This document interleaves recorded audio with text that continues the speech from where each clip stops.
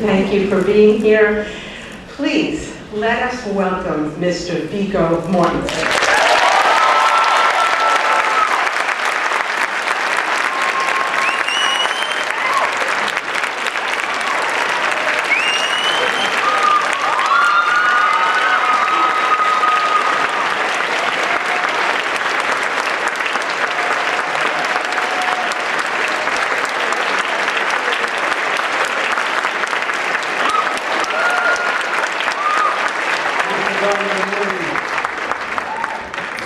How many of you were here last night?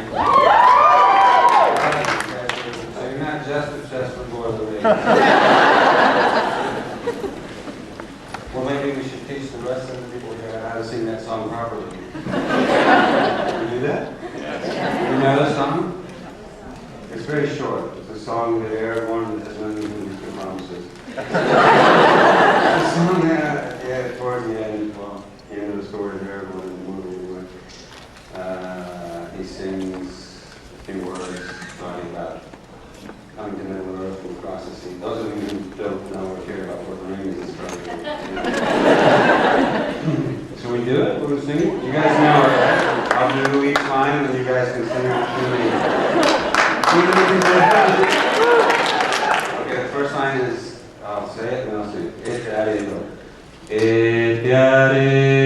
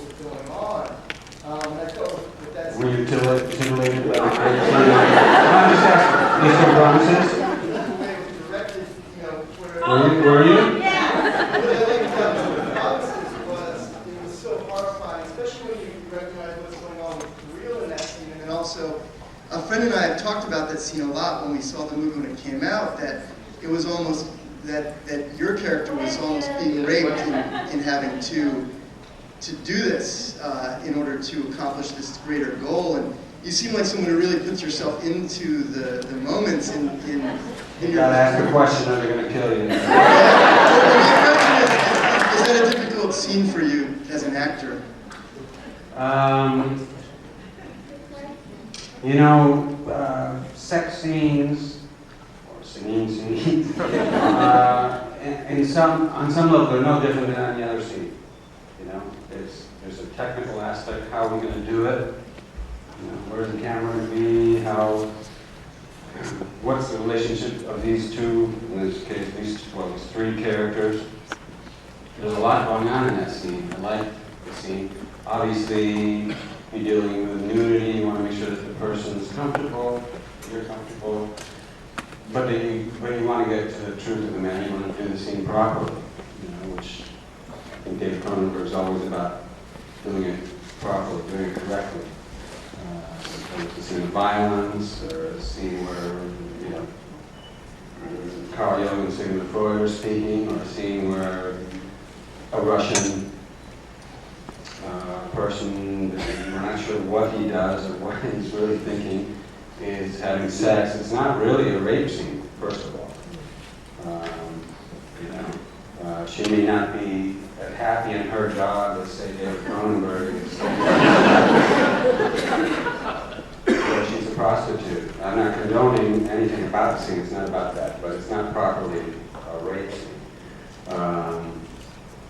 But what was interesting to me about the scene was, I mean, I trust David Cronenberg, and I think in the way he spoke with the actors, she's in the Czech Republic. She was comfortable with what was proposed. He was very open about what he was doing. He's not like a tricky or manipulative in that sense. You know, he tells you what to expect and what he's planning to do, how he's shooting it and so forth, what will be seen, and how we're going to do it. I like the scene a lot because there's a lot going on, as you pointed out, you know, with Vincent Cassell's character in mind. It's really, in a way, a dialogue that's going on there. It's a conversation that's going on between the two of them without words, you know, and the vehicle from my side of the conversation and from his side of the conversation for that conversation is this woman. And that was unusual. It was interesting. It was an interesting way to film the scene. You know, another director, not as talented as Cronenberg, wouldn't have made it seem that profound. It would have just been sort of some random sex scene that maybe later they would have thought, well, maybe we don't need that scene. Or, yeah, no, let's keep her because she's pretty or something. You know? It wouldn't have been, you know what I mean? There's a lot going on there. As in most of his movies, you know, I think that it was surprising that Eastern Promises, and one thing that happened there that hadn't happened to me before, it almost never happens with David Cronenberg, rarely, never for him, is there were nominations for awards for my work in that movie, so that it got a certain amount of attention, and I'm sure it helped later with DVD sales and so forth. I mean, it was a movie that was well made, and we were lucky to get some more attention than he usually gets. But usually his movies don't get that much attention because, and this is true of Eastern Promises as well, there's a lot more going on than what you see at first. Even if you're a film buff and you go see Eastern Promises or A Dangerous Method or A History of Violence, speaking of the three I've done, and you like it, and you find it interesting, you have a lot to talk about afterwards, the next time you see it, you're going to see more things. And you're going to want to probably see it another time. You know, chances are. You're certainly going to want to see it a second time. And each time you see it, it gets progressively better, more interesting, more layered. He makes it look easy, like any great artist. Well, I could have done that. Well, what does he do? He makes it look so easy that it's not, I suppose it isn't award bait, his directing. It doesn't immediately jump to your mind, I suppose, when you're a critic or a voter. This needs to be in my top 5 list of directors. You know? He should be. Should have been many times already, but I think it's he's too good. On a lighter note. Okay. On a lighter note, did you get to keep those Armani suits? Normally you would not, but I did ask if I could keep the, you know, that blood red tie I had again, and the double-breasted suit. I promised I would wear it at the premiere, which I did. You look damn good.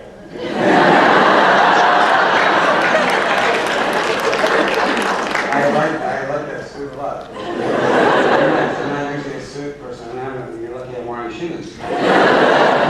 But yeah, I really think that that's another thing. All the people that he works with, and in that case, Denise Cronenberg, his sister, who's done his costumes, his wardrobe for years, she's really great. I mean, look at Dangerous Method. She should have been nominated for awards for her work on that. Everybody that works on his movies, the collaboration is seamless. You don't notice it. I mean, the set design, the cinematography, the costumes, the way the script is adapted, you know, for the screen. It's too good. Did you know Russian or have to learn Russian? I had to learn it. That was fun. It was very interesting. I was scared of doing it wrong and being silly, you know. I mean, I suppose I could have looked at it and thought, well, usually when Americans or English actors or anybody that's not Russian play the Russian, even I can tell it's really bad. The accent or the way they're speaking, because it's just all over the place. And the more I learned about it, the more I realized how terrible it was. And speaking with Russians when I went there, and asking them what they thought about, and afterwards also asking them what they thought about the way Russians are portrayed in the movies that we make or the people made outside of Russia, they said, well, mostly we just laugh. But sometimes we get angry because it's really stupid. It's really poorly done, so I wanted to make sure I was part of it. And as usual, you know, things that are the biggest obstacles end up being the most memorable, even enjoyable things about the experience. And I really enjoyed the nuances of the words I got to speak in Russian, and also the challenge of, you know, when I speak English in the movie, it's a Russian who learns his English in England. So that was different too. It's not the same as a Russian who comes here in the United States and learns English. You know? So there are a lot of subtleties that were. Thank you. So, first of all, as a Russian, I was very impressed by your accent. And on that topic, actually, how would you say your multilingual upbringing would affect your choices in roles, and also what depth of learning the language do you go into for those roles? I do everything I can. I usually look, I mean, you can never get anything perfect in life, but I work as hard as I can to get it right. I worked for quite a while with a Russian in the United States, with a professor of literature. And he never worked, you know, as a dialect coach or anything. Well, he taught some Russian on the side for money, but he never worked in a movie situation. And he wasn't on the set with us, but I said to him, look, he goes, but this is in English, most of us. I said, I know, but just in case, I want to learn how to say everything I say in Russian, and then I'll negotiate with the director and see how much I can say. No, but be prepared, you know.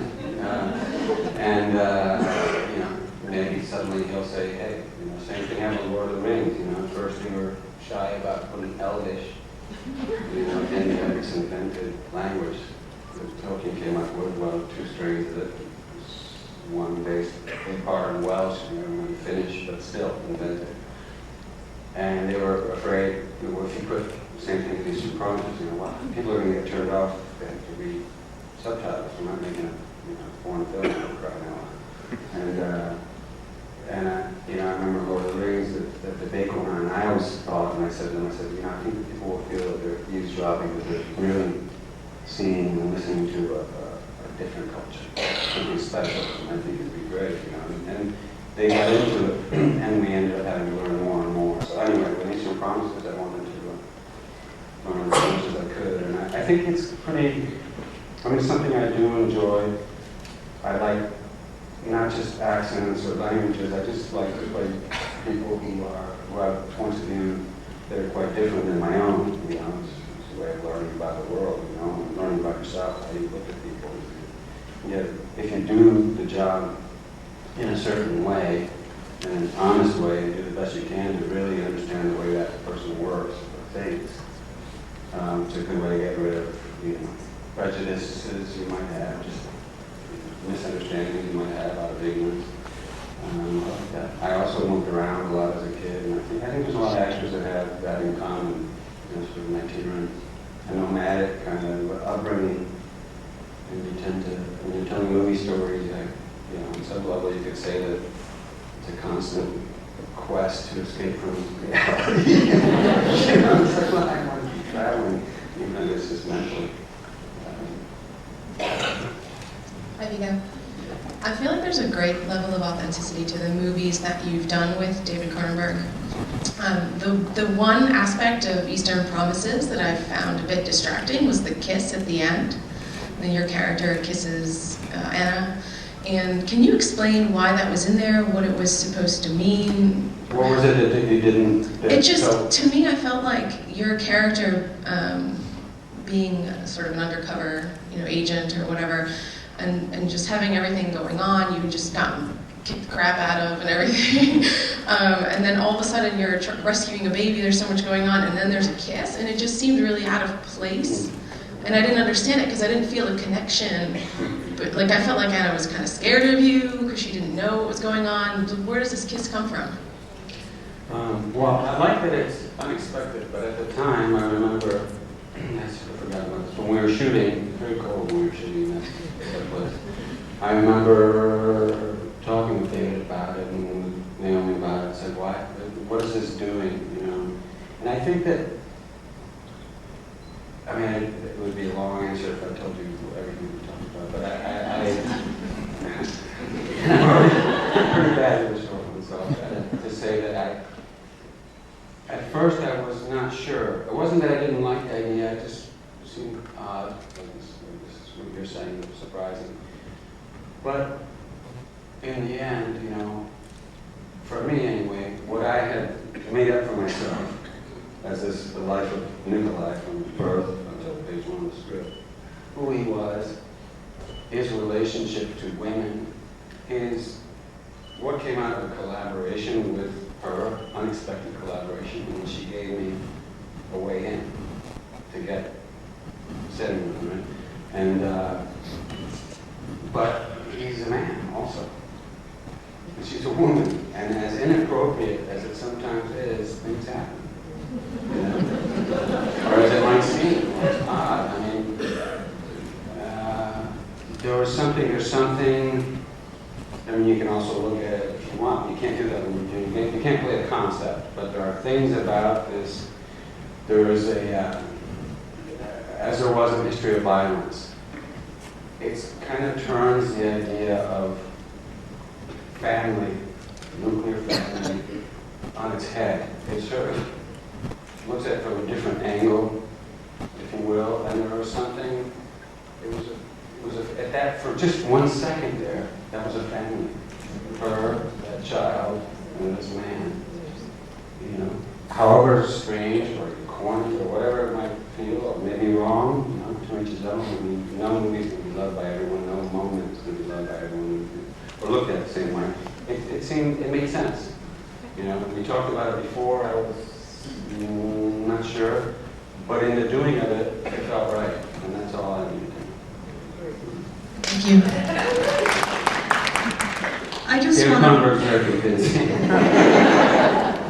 I just wanted to thank you for being such a brilliant actor and bringing your roles to life to us and making them so real.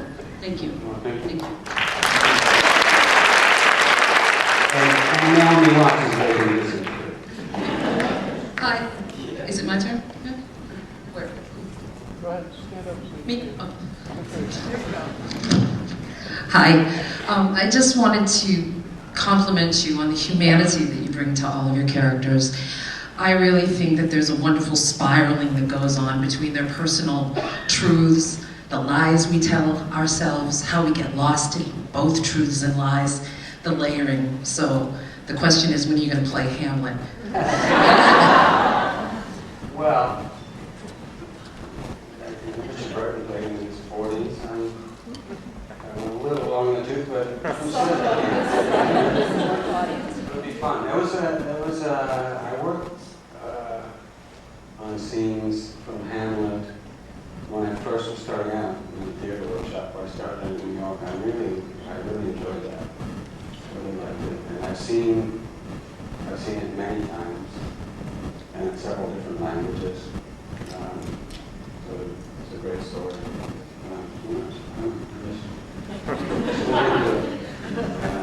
As far as all the spiraling and all that stuff, actors are kind of messed up. No, but thank you. I just wanted to really express how amazing your work with David Cronenberg is. He is my favorite director of all time. I'm way in the back. And the 3 movies that you completed with him, they're all so different, but they seem to have this sort of unifying factor about them. I would just, if you wanted to... What's the size for you? I always feel like when I'm watching Cronenberg's movies that he presents situations where everything seems a little off. Like, I mean, whether it's something like Rabid, where yes, there's definitely something off, or whether it's something like History of Violence, where the first half of the film, there still seems like there's something off, even though there is, on the surface, there doesn't appear to be. What I was wondering is... I think to some degree all, good filmmakers, authors, good artists, do that to some degree, there's some, if not, you need to, it's sort of like Dracula when he says, come in of your own free will. It's not going to work unless you make the decision to come through the door. It makes me think of the... And I think that in his movies, including all 3 that I made, the first few minutes, even though I was there, we shot it, I know what it is, that it's supposed to be, you're watching the first few minutes and you go, well, this is a little odd, or slow, or over the top, or is this kind of wooden acting, what the hell's going on here? Or very odd, very staged cinematography, depending on which movie we're talking about. But I think he takes advantage of what I think exists for all movies.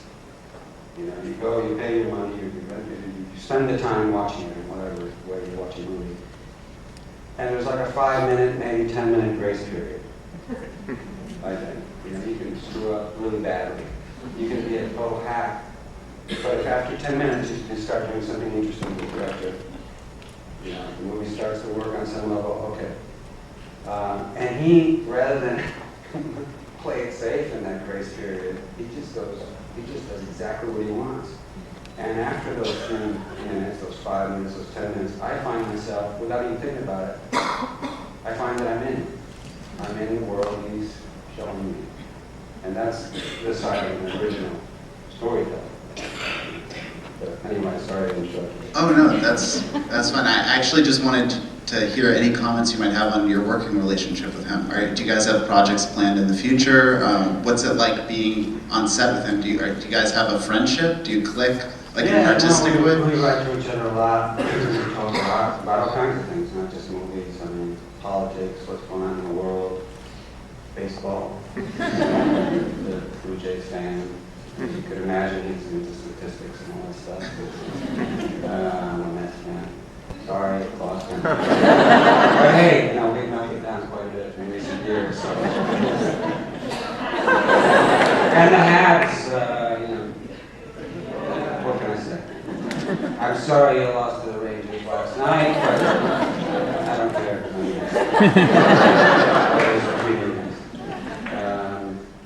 Yes, we get along. We talk about all kinds of stuff.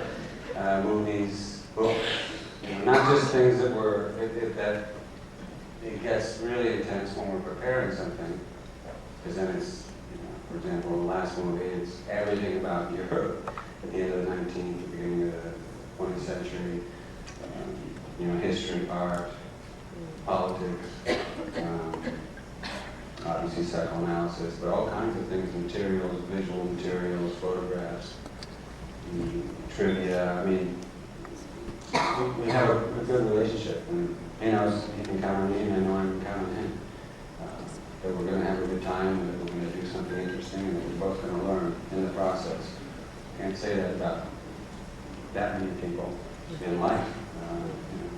I feel very fortunate to have met him and got to know him, and to have worked with him 3 times. And yeah, I think we will definitely do something. I'm not sure what, because he is so particular. So, I mean, he's such a particular kind of artist. As I was saying, it takes a while to realize what he's actually done, how many layers of art to his movies. It takes him a while to get movies financed, because you're like, well, I don't, on a practical level, you think, well, the guy comes in on budget or under budget, on time, or early. He does what he said he's going to do, and he ends up making an interesting movie every time. what's there to wonder about? Let him do it. But the problem is he doesn't play it safe. He challenges himself, and therefore challenges the imagination, I suppose, of potential investors. So he always has a few things on the table, and then we'll see which one gets financed first. And hopefully there'll be a part for me. You know, I mean, we did a movie that's going to come out, Cosmopolis, but I'm not in because there wasn't anything in there for me to play. You know, so if there's something that's right, I'm sure he'll call me, unless we get this a big fight between them. We have time for one more question. Okay. Over here. Man, you're on track.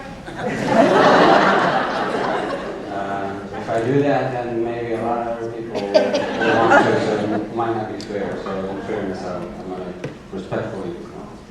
We can do another question. Okay. As far as, I mean, I don't know if you have to, we can go longer as far as I'm concerned.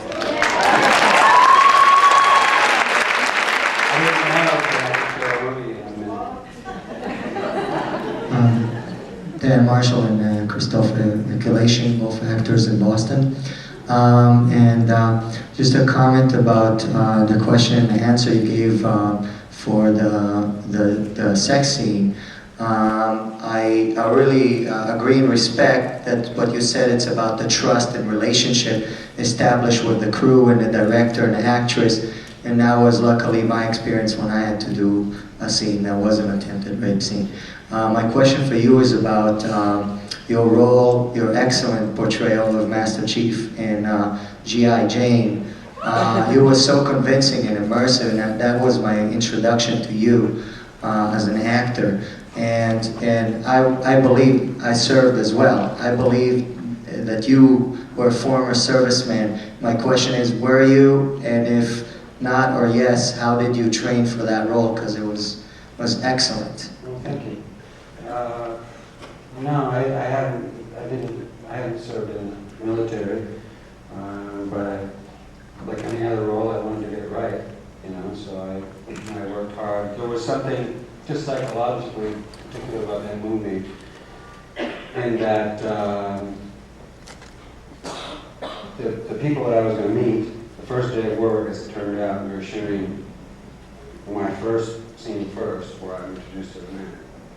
And with the blessing of the director, I said, you know, I think what I'm going to do, I know there's this big boot camp, but I'm going to train on my own, because I don't want to know him, and I want there to be something in the air there. We might as well take advantage of that's the first scene.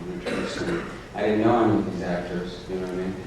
And so I trained by myself in California and Florida, and you know, worked with Navy SEALs and worked a lot on my own and learned as much as I could and tried to get it as right as I could, talk to people in terms of, you know, just their characterization. And it worked. I mean, when I first showed up there, the day before we were going to shoot, or a couple days before, they were doing some pool exercises with all these real Navy SEALs watching them, the actors. And I showed up completely like the character, you know. I just drove up in my own car and I went there to look at what they were doing without saying hello to anybody, and other people were sort of looking at some of the SEALs were sort of listening. Nobody came up and said anything. I just walked over and it's like, you know, I was accepted by them and by students who were sort of looking, you know, I was just one more guy there watching. Probably so-and-so thought I'd been sent from there or something, and the other guy thought I'd been sent from somewhere. Nobody asked him. It was very odd. And I started getting nervous. I said, what am I supposed to do? And I'm wearing the outfit. I guess they think I am that. That's good. So finally the guy came, the main guy came over, and it was in Vietnam, 3 tours. And hey, the guy, he looked at me and goes, Are you SEAL Team 2? Are you SEAL Team 2? You know, are you from home? He said, Are you the actor? And I got there and I was before one of the rings. I said, Yeah, but don't say anything. He goes, No, that's all right. I said, No,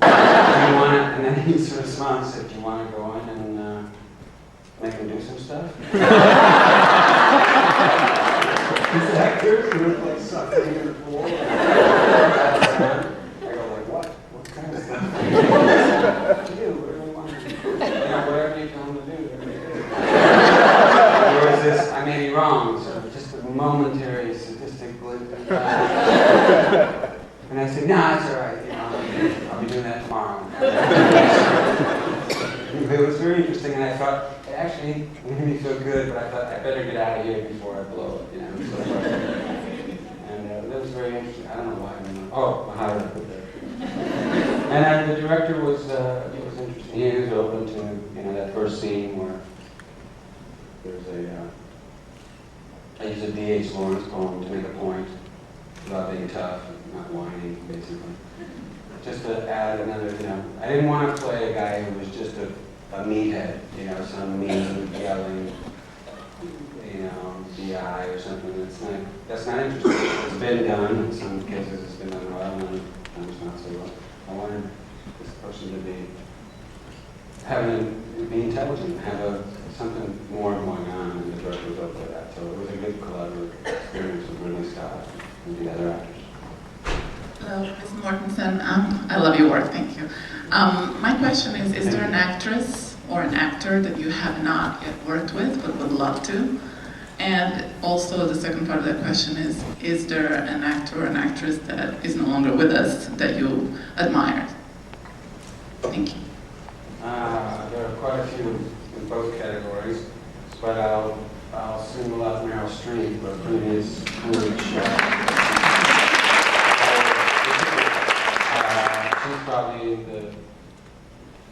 She's probably the reason the thing pushed me over the edge as far as trying in the first place. Because I'm not, I got used to, I realized I can come up and stand in front of a bunch of people and talk and say whatever comes into my head. And it's okay. But it's not by nature or before. It's not, and it's not my. It's not my favorite thing to do. I'm having a very good time. But it's not what I normally do. I'm not go to the party kind of guy and all the time. And so it wasn't something that, I remember in grade school once, I had, there were some kids that I admired who were doing musicals and doing things, and I was in junior high. Well, my first experience was playing the ass end of the dragon, and I played by St. George, 7 years old. And so they said, well, there's auditions for, I don't know what it was, maybe Hello Dolly or something. And they said, there's tryouts on Wednesday, and so you go up on the stage, and you're supposed to read something, basically, is what it was. And or at least that's what I did. In order to, I think they just want to see if you can project it all, if you do anything. And so I went up and I started, I remember I read the first, lines from David Copperfield. And they kept saying, what? And the third, fourth time with what, I just ran out of it. And so then years later, I started to become curious about how movies were made, in theaters like this one. At the time I was living in Europe, I was working in England, and there was a theater that I used to go to 4 times a week, 5 times a week, where they had a double bill, and it was always movies. Places like the Coolidge show movies that are hard to get made. They're hard to get made because they're hard to get financed. In some cases, they're hard to get made because of the subject matter, how do you tackle that, so forth. Because they're innovative. There are precious few, there should be more, but the preservation of a place like this it's invaluable for the community, it really is. And anyway, there was a theater that I used to go to and see movies, and suddenly I started seeing movies I'd never seen before. Movies by Carl Dreyer, and Bresson, and Ozu, and The Conformist, and Autumn Sonata, and other movies by Bergman.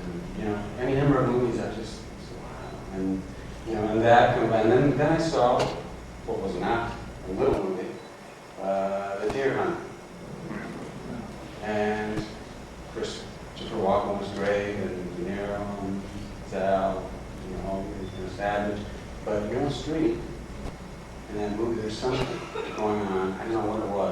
something going on. I was like, what was that? I really believe that. There's something about that. And I said, then, I don't know, she made me want to try it. She made me curious enough, or bold enough to try it in an anonymous way or a safe way, because I moved to New York. And I decided to try. I go to an audition, which turned out to be for a theater workshop, not a play. And I just got some encouragement, which we all need, which all kids need. I sort of stuck with it. But she was really probably the thing that most inspired me, along with these other movies I've seen, her work. And Sophie's Choice, that was when I was just starting. And when I saw that, I couldn't believe it, how good, how detailed, how... And I wondered, just on a technical level, how do you do that? How do you make me feel those things? I know you're from New Jersey. How'd you do that? And so I'd love to work with her. I've had the good fortune of meeting her a couple times. I did a play reading, Meredith Dorfman play, a year or two ago with her in New York, and that was fun. I greatly admire her. And as far as people that have passed away, there's so many. I would have loved to have worked with Dirk Bogarde. I would have loved to have worked with Maria Falconetti. Maybe she was completely nuts in reality. I don't know. Played Joan of Arc. She was the only movie she made. There's stories that probably just legends that Cronenberg over and saying, but I don't know. She probably had something going on anyway. But she was very convincing. She was very good at it. I miss Dennis Hopper a great deal. He was a very good friend of mine.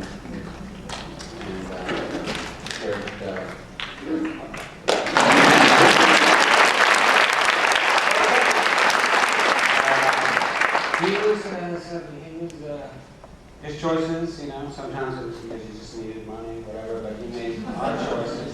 But there was something essentially true about his performances, because I got to do it twice with him.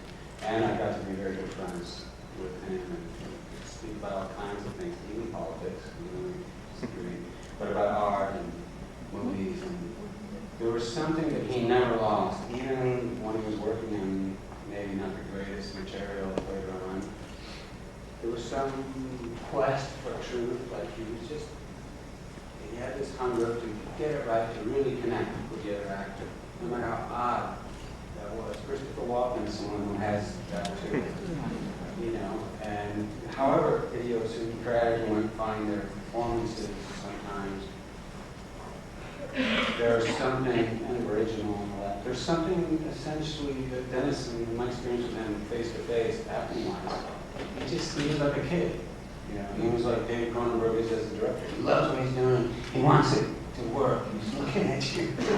Sometimes almost too much, like a kid who's really, come on, Dad, tell me a story. That's worth so much. I mean, it's priceless, and I miss him a great deal just to talk with him, but I would have loved to. I don't know, there's a lot of Jessica Lange is still with us, and I'd love to work with her. I'm terrible if any of you read the list that I did. Next question.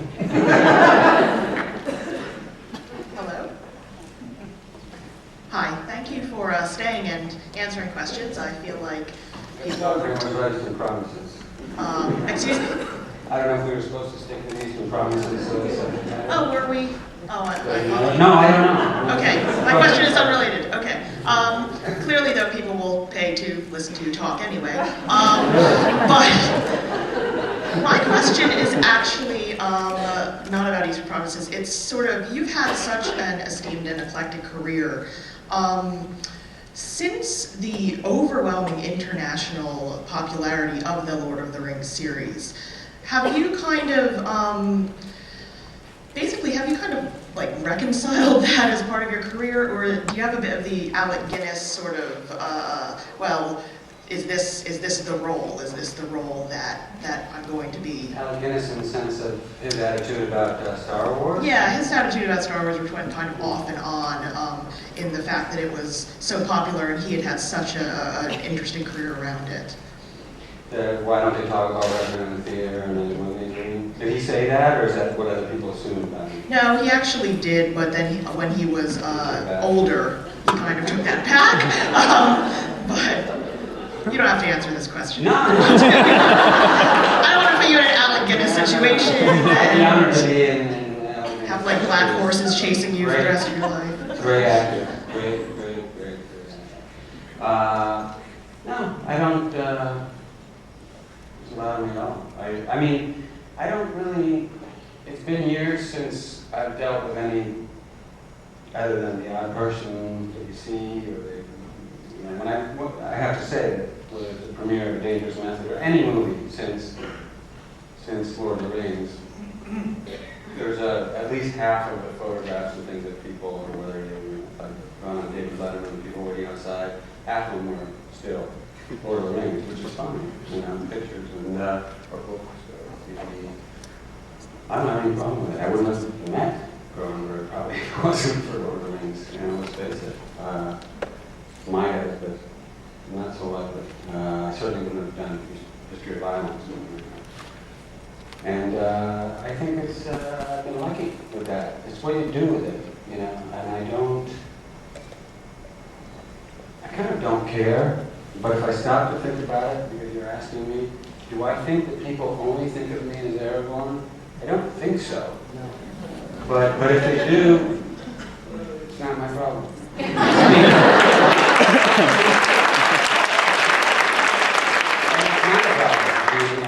Unfortunately, sometimes I get, every once in a while someone brings a photograph from Texas Chainsaw Massacre.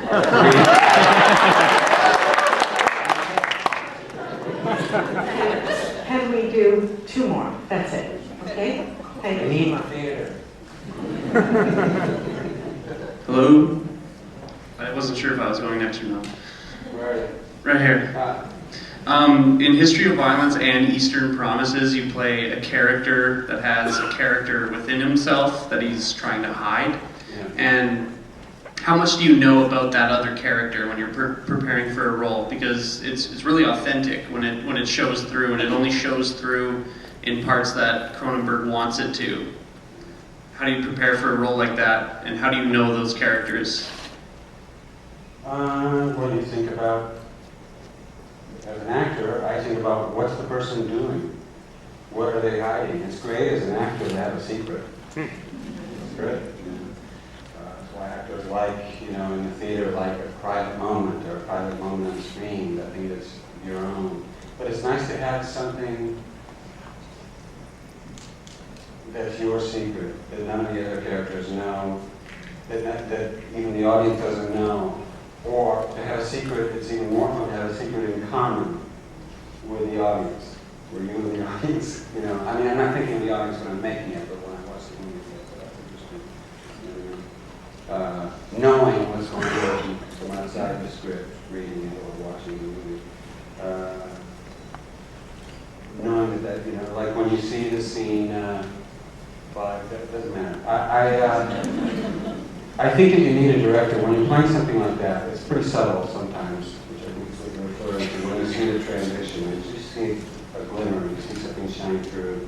It's a slight look, a change of posture, tone of voice, something. You need a director who's very attentive to detail, to the subtleties of the performance, and who's very careful in the editing. Otherwise, those things get lost. So he's especially good at seeing that, and I just did a movie last year that's coming out this year, hopefully. I don't know if it'll ever make it to the United States. I've been doing movies lately that don't tend to make it. But, where I played identical twins. Of course, I asked David. Of course, just on a technical level, things that Jared did.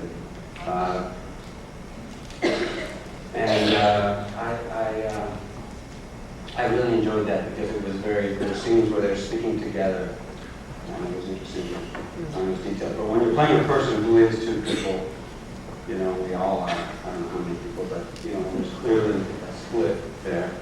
It's an interesting thing to play. I really like that, and I was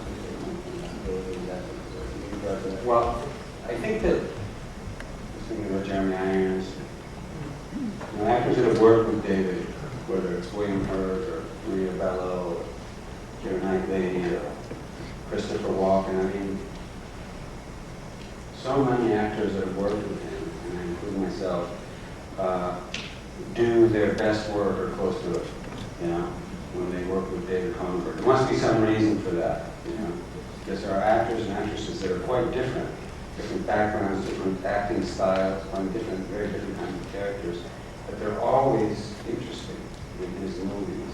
I think he really is unusual among directors in understanding the actor's process and in helping them do the work. Last one? Last one. Hi.